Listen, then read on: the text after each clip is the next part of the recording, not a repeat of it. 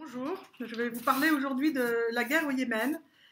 C'est une guerre terrible qui vient d'être classifiée par les Nations Unies la plus grande, la plus grave crise humanitaire dans le monde.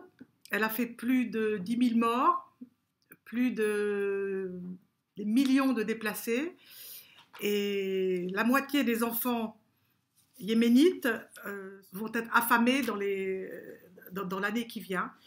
Et tout le monde est absolument horrifié par cette guerre qui se joue par proxy entre l'Arabie Saoudite et l'Iran. Pourquoi est-ce qu'on va parler du Yémen aujourd'hui?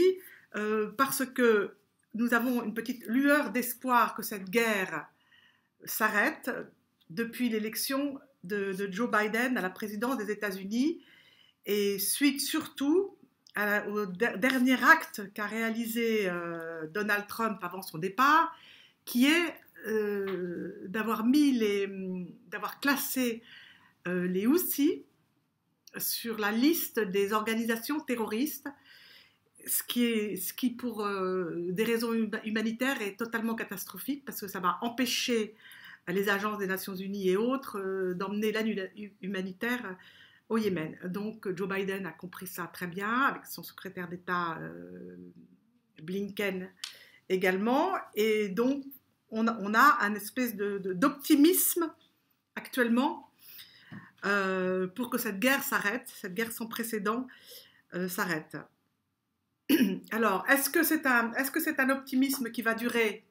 On ne sait pas. Pour l'instant, les choses sont très très tendues entre l'Arabie Saoudite et les Iraniens, entre les Houthis, je dirais, et le gouvernement et les forces de la coalition internationale soutenues par l'Arabie Saoudite et la France, les États-Unis et l'Angleterre, qui se battent pour essayer de maintenir au pouvoir le gouvernement légal yéménite, qui est le gouvernement d'Abdul Mansour Hadi.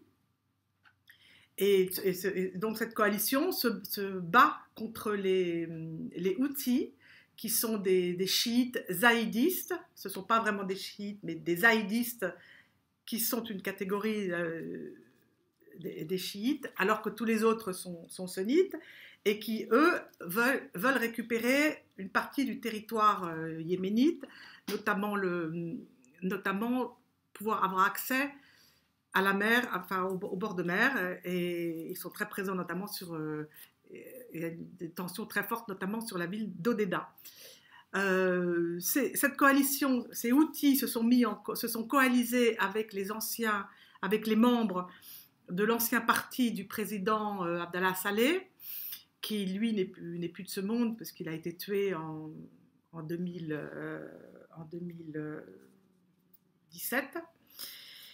Et donc, donc les Houthis ne sont pas seuls, ils sont en coalition avec les anciens membres du GPC. Et cette coalition, ils ont monté une union qui s'appelle le gouvernement de salut national. Et l'armée qui se bat contre les Saoudiens, c'est celle d'Ansarullah, et c'est cela même que les Américains ont voulu mettre sur la liste que Donald Trump a mis sur la liste des terroristes. Voilà, donc ceci est très important. Alors, où en sommes-nous actuellement? Parce qu'on ne va pas revenir sur tout le passé de cette guerre au Yémen, ça pourrait faire l'objet d'une autre vidéo.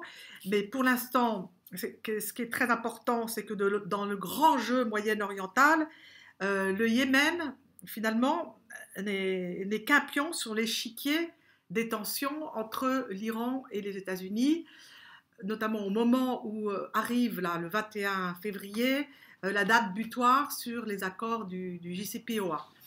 Donc il va y avoir un grand accord. Les Américains essayent d'obtenir un accord régional pour venir à bout de cette guerre au Yémen.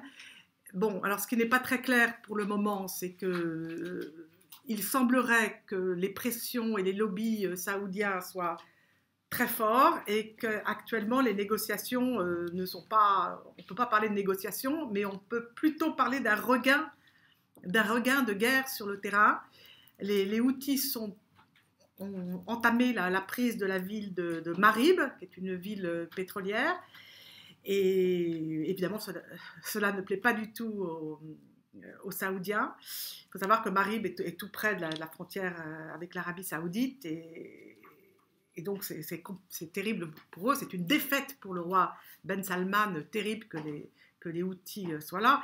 Et alors, il y a un autre fait, évidemment, qu'il ne faut pas oublier de mentionner, c'est la présence d'Al-Qaïda qui est très forte dans cette région, notamment dans les montagnes de l'Hadramout. Et effectivement, Al-Qaïda profite, bien évidemment, de cette guerre, du chaos actuel. Donc, il est plus que temps qu'on trouve une solution à la fin de cette guerre.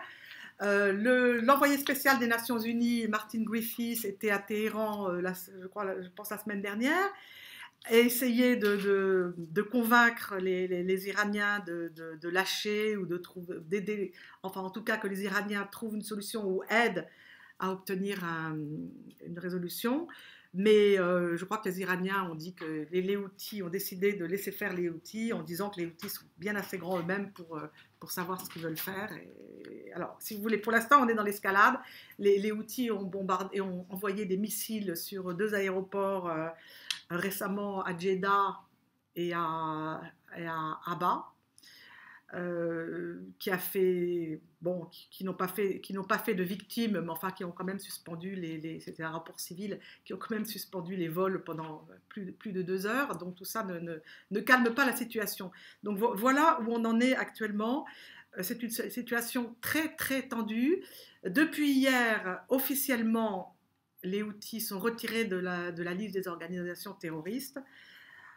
Ali Mohsen, qui est le vice-président et ministre des Affaires étrangères du gouvernement yéménite légal, est à Washington actuellement. Il a rendez-vous avec Jake Sullivan, qui est le conseiller à la sécurité de Joe Biden. Du côté des Houthis, ils attendent un rendez-vous aussi, mais pour l'instant, ils ne l'ont pas. Enfin, à ce stade, ils ne l'ont pas encore. Donc, voilà, les choses piétinent. Biden a nommé un envoyé spécial pour le Yémen, Timothy Linderkhan. Bon, on espère que M. Sullivan, que l'équipe de Joe Biden va arriver à trouver une solution à ce conflit. Mais enfin, les lobbies saoudiens sont terriblement forts et il n'est pas évident que M. Biden voudra se priver, je dirais, des bonnes choses que puisse apporter l'Arabie saoudite.